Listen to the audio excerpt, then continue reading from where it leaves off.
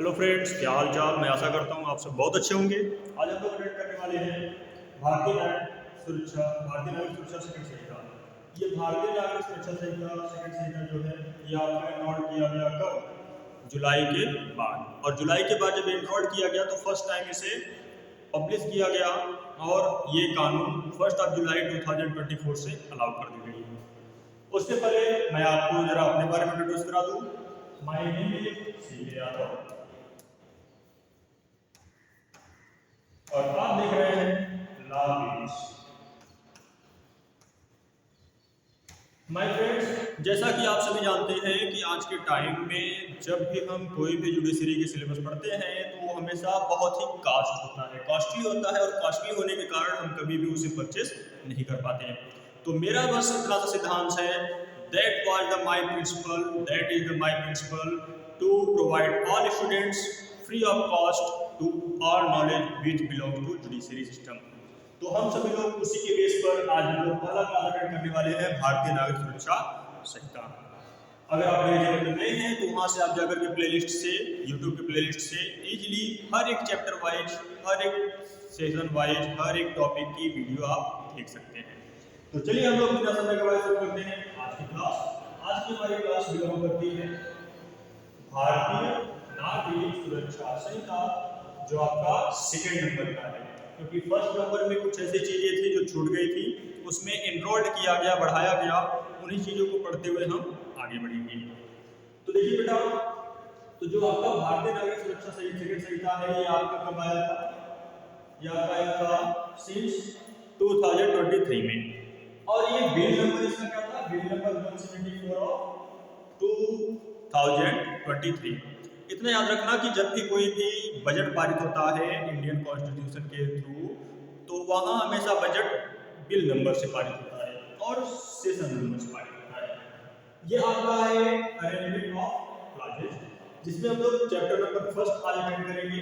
Chapter number first में preliminary है, जिसमें बात किया गया है short definitions and constructions of the reference and the trial of the offence, कि इसका ट्रायल ऑफ ऑफेंस कहां होगा, किस तरीके से होगा। ये सभी टॉपिक्स हम आज कवर करने वाले हैं अपने इस वीडियो में। उसके बाद हम लोग serial wise chapter number 2, chapter number 3 attend करेंगे। तो सबसे पहले हमारा आज का है चैप्टर नंबर 1।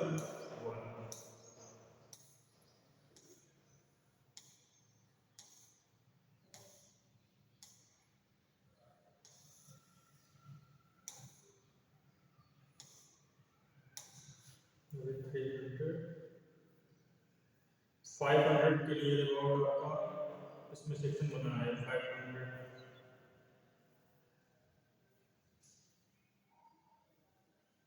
चलिए तो बात कर लेते हैं हम लोग। जैसा कि हमने आपको बताया कि बिल नंबर क्या है 174 ऑफ 2023 का। 23 का ये बिल नंबर 174 है।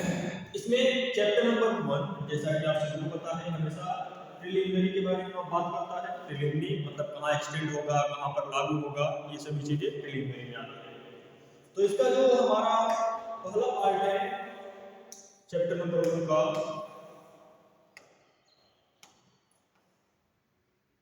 चैप्टर नंबर 1 का जो पहला सेक्शन है, जिसे हम कहते हैं प्रीलिमिनरी के नाम से, फर्स्ट वाले में बात की गई है इसके शॉर्ट टाइटल के बारे में कि इसका नाम क्या होगा।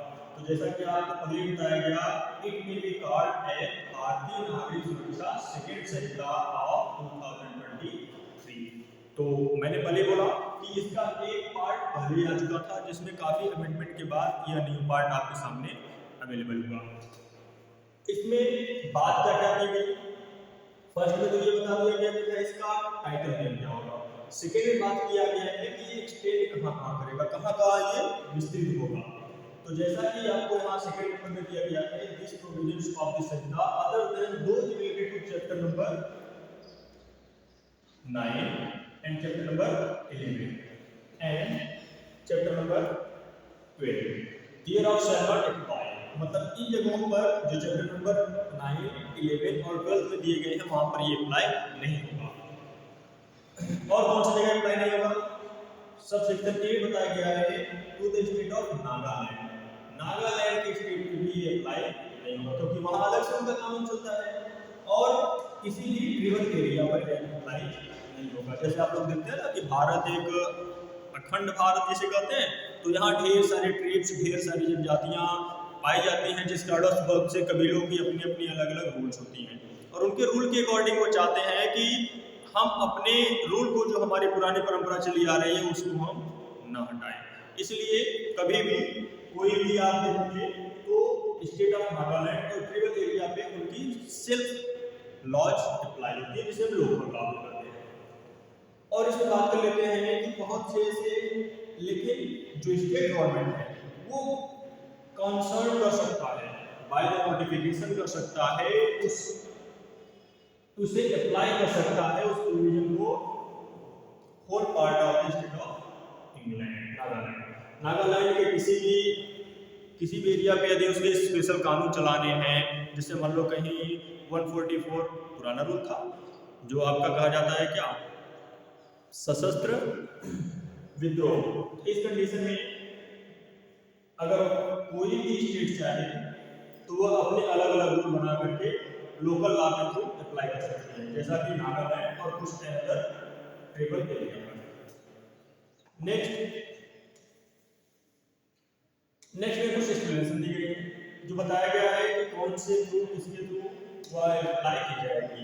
In this section tribal area का मतलब क्या होता है जरा समझिए। जैसे कि आप जान सकते हो कि बहुत से असम में ऐसे इलाके हैं जो ट्राइबल एरिया में आते हैं, ट्राइबल एरिया में आते हैं। और जो पैराग्राफ कहाँ दिया गया है आपका, refers into paragraph 20 of the 6 schedules of the Indian constitution. तो इंडियन कॉन्स्टिट्यूशन के 6 शेड्यूल में जो पैराग्राफ नंबर 20 है उसमें ये बताया गया है कि जो ट्राइबल एरिया होंगे वो कौन कौन से होंगे और कहां पर बिलोंग करेंगे। थर्ड नंबर बात करता है it shall come into force on the such date the central government made by notification. तो ये कहा गया कि यह संहिता जो है सबसेक्शन 3 में बोला गया कि यह संहिता उस दिन लागू होगा जिस दिन सेंट्रल गवर्नमेंट अपना बाय द क्या करे, थ्रू द नोटिफिकेशन अप्लाई करे, उस दिन से यह आपका भारतीय नागरिक सुरक्षा सेकंड संहिता अप्लाई हो जाएगी। उससे पहले मैं आपको बता दूं ये ऑलरेडी अप्लाई हो चुकी है 1 जुलाई 2024। इतना याद रखना, 1 जुलाई 2024 से अप्लाई की जा चुकी है। अभी मैं आपको बता दूं मेरे एक फ्रेंड के पास ऐसे ही एक वारंट आई थी। वारंट आया था कि what is the reason to believe to yourself and I am not want to arrest you, मतलब I am not want to arrest you. उसके लिए आपको एक वारंट आया था कि आप ये बताइए कि आपको मैं क्यों गिरफ्तार ना करूं। तो इसके लिए भाई जो आपका अप्लाई किया गया अभी हाल ही की बात है, उसमें आपका नागरिक सुरक्षा संहिता अप्लाई किया गया था। वो जो आपका पहले चलता था आईपीसी सीआरपीसी वो पहले था। उसके बाद वाले केसेस में मतलब 1 जुलाई 2024 से जितने भी केसेस बन रहे हैं सब केसेस बन रहे हैं भारतीय नागरिक सुरक्षा संहिता। और अगर बहुत से लोगों ने एआईडी का एग्जाम दिया होगा तो यहाँ से भी ढेर सारे क्वेश्चन देखने को मिले हैं। हम लोग सभी चीजें कवर करते हुए चलेंगे, उसके लिए आप लोग निश्चित रहिए, बस अच्छे से पढ़िए। अब सेकंड की बात करें तो सेकंड नंबर पे बताया गया है डेफिनेशन के बारे में, मतलब कौन कौन से ऐसे थिंग्स हैं, कौन कौन सी ऐसी चीजें हैं जिसके बारे में जानना हमें इस संहिता में जरूरत है। ये यूं कहे कि इस संहिता में बहुत से ऐसे थिंग्स हैं जो आपको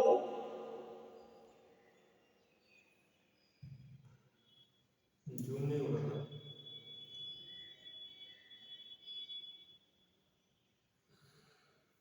ये हो जाता है यार, छोड़िए चलिए तो बहुत से ऐसे रूल्स हैं जो इस संहिता में अप्लाई किए एप्लीकेबल किए हैं। जैसे देखिए सेक्शन 2 में क्या बात कर रहे थे हम लोग, डेफिनेशन के बारे में। तो डेफिनेशन सबसे इंपॉर्टेंट चीज होता है किसी भी लॉ का कि उसमें इसका मतलब क्या है। तो सबसे पहले बोला गया ऑडियो वीडियो इलेक्ट्रॉनिक मीन्स, कि ऑडियो वीडियो और इलेक्ट्रॉनिक जो थिंग्स आप प्रेजेंट करते हैं एज एविडेंस वो क्या है। तो इसमें बोला गया shall include use of any communication device for purpose of video conferencing। जैसा कि आपको पता है कि बहुत से लोग कोर्ट में नहीं आ पाते तो क्या करते हैं थ्रू द वीडियो कॉन्फ्रेंसिंग अपने आप को एविडेंस के रूप में बताते हैं। या ऐसा नहीं हो सकता, वीडियो कॉन्फ्रेंसिंग नहीं कर सकते, तो क्या करते हैं, recording of purpose of identification. क्या उसका मेन फंक्शन होता है आइडेंटिफिकेशन के लिए। And search and seize of evidence, जैसा कि मैंने एविडेंस के लिए पहले बताया आप लोगों को। ट्रांसमिशंस ऑफ इलेक्ट्रॉनिक कम्युनिकेशंस, जाहिर सी बात है कि जब हम किसी के पास पहुंच नहीं पाते हैं एविडेंस के लिए, तो हम क्या करते हैं, इलेक्ट्रॉनिक का हिसाब लेते हैं ना, ऑडियो या वीडियो। जैसे मान लो बहुत से लोगों ने क्या कहा, फोन पे धमकी दे दिया, तो फोन पे धमकी देने का मतलब क्या है कि फोन पे धमकी मिलेगा तो जाहिर सी बात है कोई ना कोई ऑडियो क्लिप ही आप रिकॉर्ड करोगे ना। तो ऑडियो क्लिप रिकॉर्ड होने के बाद आप क्या करते हो, उस क्लिप को ले जाते हो पुलिस स्टेशन और एक एनसीआर या एफआईआर डालते हो। तो एनसीआर डालने के बाद क्या होता है, कोर्ट ये मांगता है कि ये जो आपने ऑडियो रिकॉर्ड किया है ये उन्हीं का है कि अनदर पर्सन का है। तो उस कंडीशन में आप क्या करते हो, एज ए प्रूफ आप सेकेंडरी एविडेंस लगाते हो। सेकेंडरी एविडेंस जो मैं पढ़ाया हूँ आपका एविडेंस एक्ट में या भारतीय साक्ष्य अधिनियम 2023 वाले में पढ़ाया हूँ, उससे आप जाकर के एक बार प्लेलिस्ट में जरूर देख लीजिएगा। तो चलिए देखते हैं नेक्स्ट, बेल। बेल क्या है, बेल का मतलब होता है release of person accused of the suspected of commissions of an offence. कहने का मतलब यह है कि जब कोई पर्सन अरेस्ट कर लिया जाता है तो उस कंडीशन में उसे बेल मिलती है। बेल का मतलब है कि उसे रिलीज कर दिया जाता है सब कंडीशन पे, सब सस्पेक्टेड कंडीशन पे, and from the custody of law, और कस्टडी ऑफ लॉ से उसे क्या कर दिया जाता है, बेल दे दिया जाता है। और यह कहा जाता है कि bail any officers want to in front of the court you will be also present there. जैसे आप कभी भी देखते हो तो बेल पे हमेशा एक डेट लिखा होता है कि इतने डेट को आपको प्रेजेंट होना है कोर्ट में। तो उस कंडीशन में आप लोग क्या करते हो, उतने डेट को कोर्ट में प्रेजेंट होते हो। तो वो सब क्या होता है बेटा, वो सब बेल होता है। बेल भी आपका क्या होता है, एक प्रकार का रिलीज करता है, कहां से, कस्टडी ऑफ लॉ से, कि आपने ऑफेंस किया है कि नहीं किया है, इस पर अगली तारीख को कार्रवाई होगी, इसलिए अभी आप लोग क्या हो जाइए, बेल लेकर घर जाइए। अगला है बेलेबल ऑफेंस। ये बेलेबल, जाहिर सी बात है भाई, बेल मिलेगा तो दो प्रकार से हो सकता है, बेलेबल, नॉन बेलेबल। तो बेलेबल ऑफेंस क्या क्या होता है इसके बारे में देखते हैं।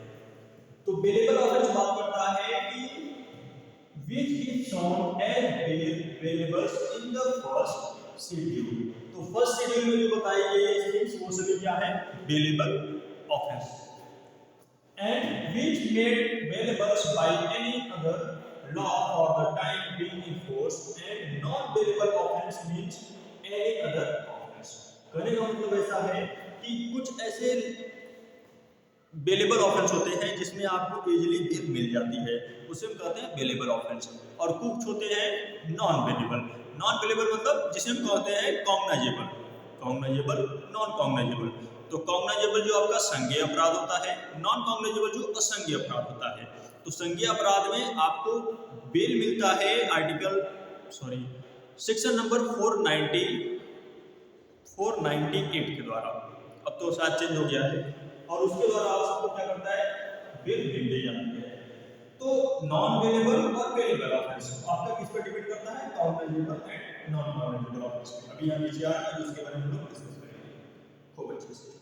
डी नंबर बात करता है बेल बॉन्ड के बारे में। बेल बॉन्ड का मतलब होता है undertaking for release with surety, जिसे हम कहते हैं एंटीसिपेटरी बेल। एंटीसिपेटरी बेल को ही क्या करते हैं, रिलीज विद श्योरिटी कहते हैं। इसमें क्या होता है बेटा कि जैसे बहुत से लोग होते हैं जो अरेस्ट हो जाते हैं और उसके बाद एक कागज दिखा देते हैं पुलिस को और पुलिस उन्हें अरेस्ट नहीं करती। तो इस कंडीशन पे आपका क्या होता है, ये बेल बॉन्ड कहलाता है। और वो उस बेल बॉन्ड को लेकर के उसकी कॉपी को लेकर के सिक्योरिटी के रूप में रख लेते हैं। नेक्स्ट है ई नंबर बॉन्ड। बॉन्ड का मतलब है a personal bond and N undertaking for the release without surety. एक होता है बॉन्ड, बॉन्ड का मतलब जो आप कोर्ट में जाकर लेते हो, और बेल बॉन्ड आपका होता है जो आप पहले से ही लिए रहते हैं। नेक्स्ट है एफ चार्ज। चार्ज आप सभी को पता है कि चार्ज हमेशा क्या होता है बेटा, चार्ज क्या होता है, कमेंट बॉक्स में लिख के भेजिए।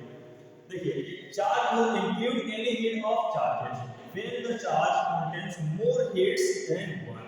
चार्ज का मतलब होता है कि जब कोई आपके ऊपर एक से अधिक इंजरी के बारे में इंस्ट्रक्शन दे या उसे मेंशन करे, वही होता है चार्ज।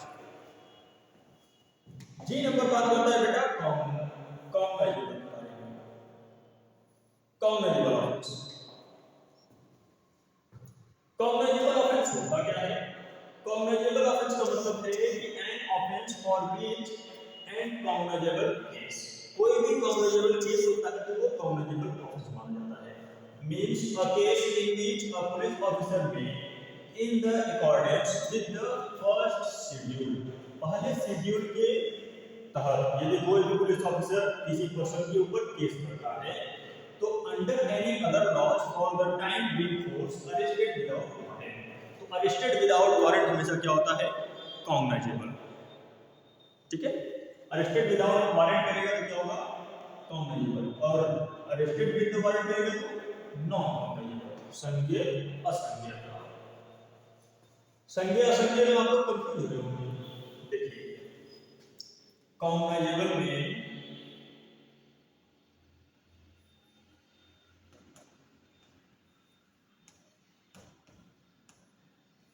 आप लोगों को हमेशा मजिस्ट्रेट बेल देता है। कब देगा? जब आप उसके सामने प्रेजेंट होते हो, प्रेजेंट टू हियर ऑफ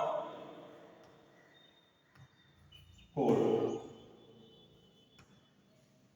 और नॉन कॉग्निजेबल में आपके खिलाफ वारंट जाती है और उस वारंट के हिसाब से आप क्या दिखाते हो? Anticipatory bail.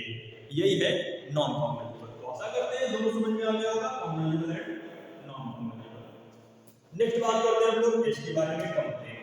कंप्लेंट क्या होता है कि जैसे कोई भी एलिगेशंस मोड ऑर्डरली किया जाता है किसी पर्सन के ऊपर या रिटन फॉर्म में हो मजिस्ट्रेट के द्वारा, ठीक है, और with view of is taking action under this section, under this section, इस संहिता के अकॉर्डिंग अगर कोई भी मजिस्ट्रेट रिटन फॉर्म में देता है या कोई ओरली आपके ऊपर कोई भी एक्ट लगाता है, शिकायत करता है, that some persons dear known और अननोन, चाहे वो आपको जानता है या न जानता है, has committed an offence but does not include the police report, लेकिन उसमें पुलिस रिपोर्ट नहीं होती।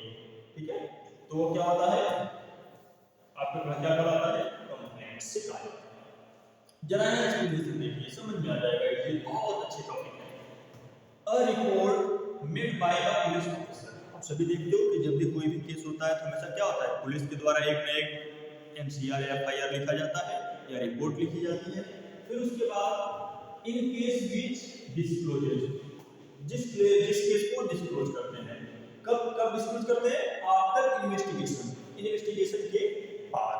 तो इन्वेस्टिगेशन के बाद जब वो किसी भी केस को डिस्क्लोज करते हैं तो क्या होता है? The commission of the non cognizable offence shall be deemed to a complaint, तो वास्तव में ये कहा जाता है कि वो नॉन कॉग्निजेबल ऑफेंस था और उसे डीम्ड टू कंप्लेंट माना गया, and the police officer bye whom such report is made, और वो पुलिस ऑफिसर जिसके द्वारा वो रिपोर्ट बनाई गई shall be deemed to the complainant, उसे कंप्लीट करता है, उसे देखता है, जांचता और करता है, वही क्या है? कंप्लेंट। देखो जब भी कोई भी कंप्लेंट होती है तो आप लोग देखते हो कि पुलिस जब भी आती है या तो विद द वारंट आती है या विदाउट वारंट आती है। तो अगर विद द वारंट आ रहा है तो समझ लो वो मजिस्ट्रेट के थ्रू भेजा गया है, और विदाउट वारंट आ रहा है तो समझ लो वो सिर्फ एक नॉर्मल केस है, नॉर्मल कंप्लेंट है, जिसके थ्रू आप इजीली क्या सकते हो? इन्वेस्टिगेट किए जा सकते हो थ्रू द पुलिस। अगला है E number, electronic communication. Electronic communication आप सभी को मैंने ऊपर ही बता दिया कि कोई भी चीज, चाहे वीडियो हो, चाहे ऑडियो हो, चाहे कोई भी डिवाइस हो, वो सभी इलेक्ट्रॉनिक कम्युनिकेशन के होते हैं। जैसा कि आप यहाँ देख सकते हो, electronic communication means an electronic device include telephone, mobile phone, other wireless telecommunications device and a computer and audio video player and camera or any other electronic device or electronic form as may be specified by the notification central government, मतलब central government के द्वारा बताई गई जितनी चीजें हैं वो सभी क्या कहलाएंगे? Electronic device.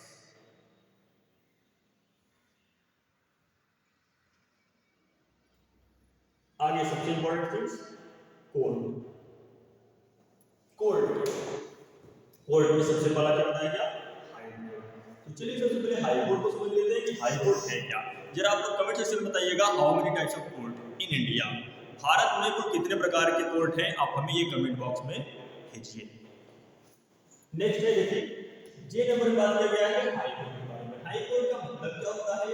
In the relations to any state the high court of the state. State के लिए जितने भी कोर्ट बनाए जाते हैं, उच्चतम न्यायालय बनाए जाते हैं, वो सभी हाई कोर्ट्स होते हैं।